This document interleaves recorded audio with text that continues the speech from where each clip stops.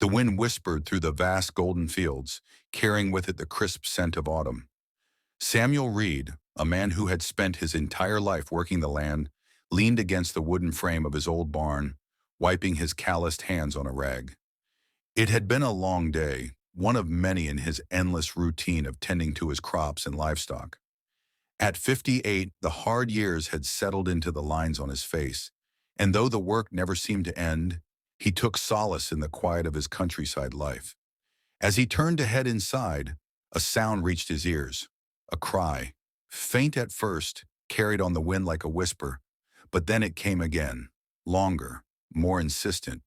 It was not the usual nighttime call of an owl or the distant howling of coyotes. No, this was different. This was desperate. Samuel stepped off the porch, squinting into the darkness. His farm stretched for miles, the fields merging into dense woodland beyond the property line. He reached for the lantern by the barn door and lifted it high, casting a warm glow over the fenced pasture. And then he saw her. A deer stood just beyond the wooden fence, illuminated by the flickering light. She was a delicate creature, her fur a soft brown, blending almost seamlessly with the night. But it was her eyes that struck Samuel the most, huge, dark pools glistening with something unmistakable. Fear. She let out another mournful cry, taking a hesitant step forward before stopping. Her ears flicked, her nostrils flared, and her body trembled as though she were caught between flight and desperation.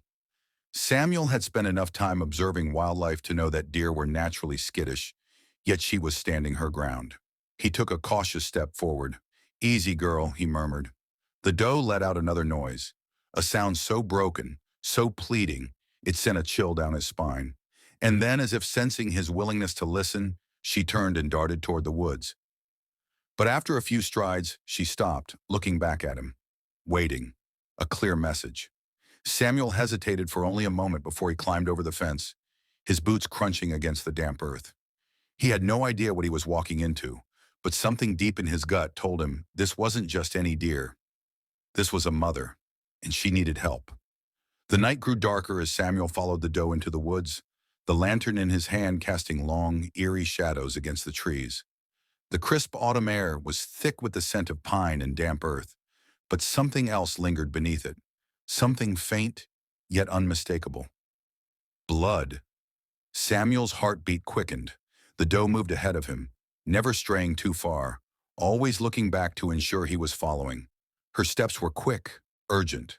Samuel's legs burned as he kept pace, his breath coming in steady puffs of fog. Then he heard it, a faint, pitiful bleat. His stomach twisted. It was a sound of distress, of pain.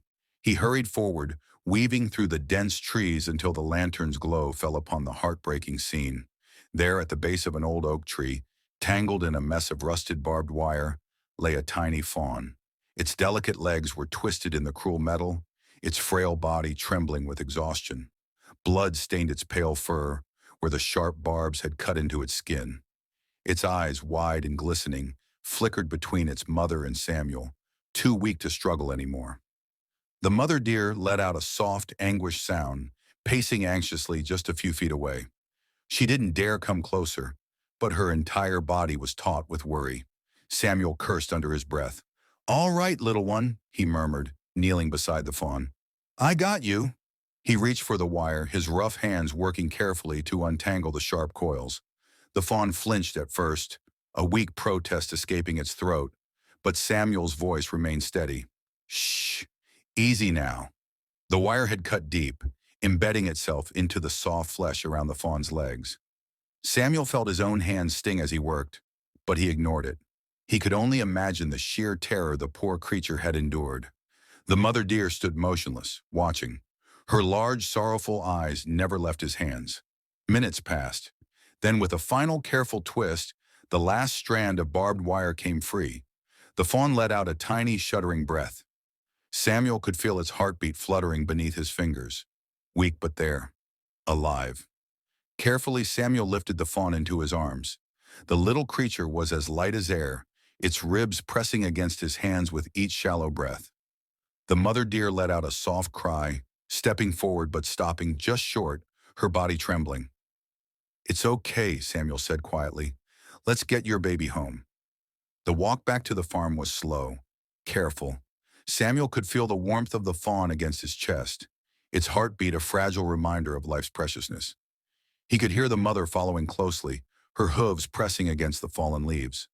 When they reached the barn, Samuel laid the fawn on a bed of fresh hay, grabbing warm water and a cloth. He gently dabbed at the wounds, cleaning away the blood with a tenderness that belied his hardened exterior. The mother deer stepped cautiously into the barn, her ears flicking as she watched every movement. Samuel worked silently, focused. His hands, used to rough farm labor, moved with an unexpected softness as he dressed the wounds. Finally, he stepped back. The fawn let out a tiny, exhausted bleat, and in an instant, the mother was there, lowering her head to nuzzle her baby. The moment was so pure, so raw, it sent a lump to Samuel's throat.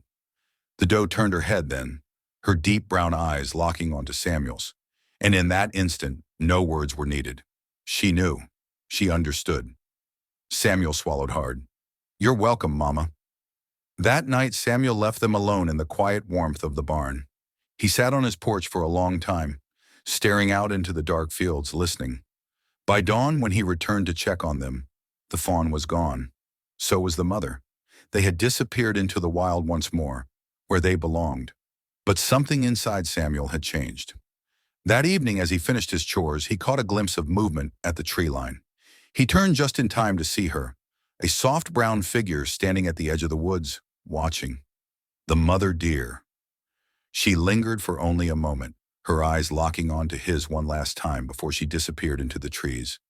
Samuel exhaled, running a hand over his face. A silent bond had been formed that night, one not of words but of understanding, of trust. And for the first time in years, Samuel felt something stirred deep in his chest.